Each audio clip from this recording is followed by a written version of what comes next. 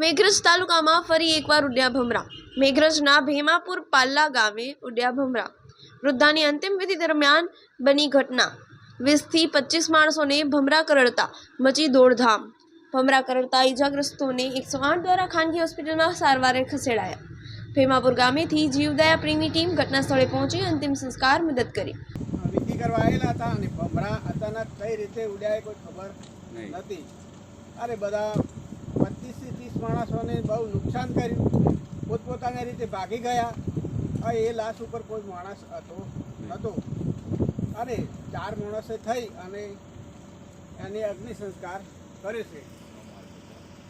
બીજા હોસ્પિટલમાં દાખલ છે અને બાકીના 25 કે 30 માણસો હોસ્પિટલમાં કેટલા ગયા એ ખબર નથી। 108 દ્વારા સેવા કરો।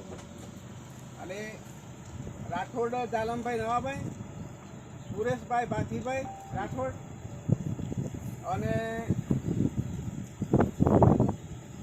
સોમાભાઈ વાઘાભાઈ અને મોહનભાઈ ભૂરાભાઈ 4 જણે થઈ અગ્નિ સંસ્કાર કરે છે।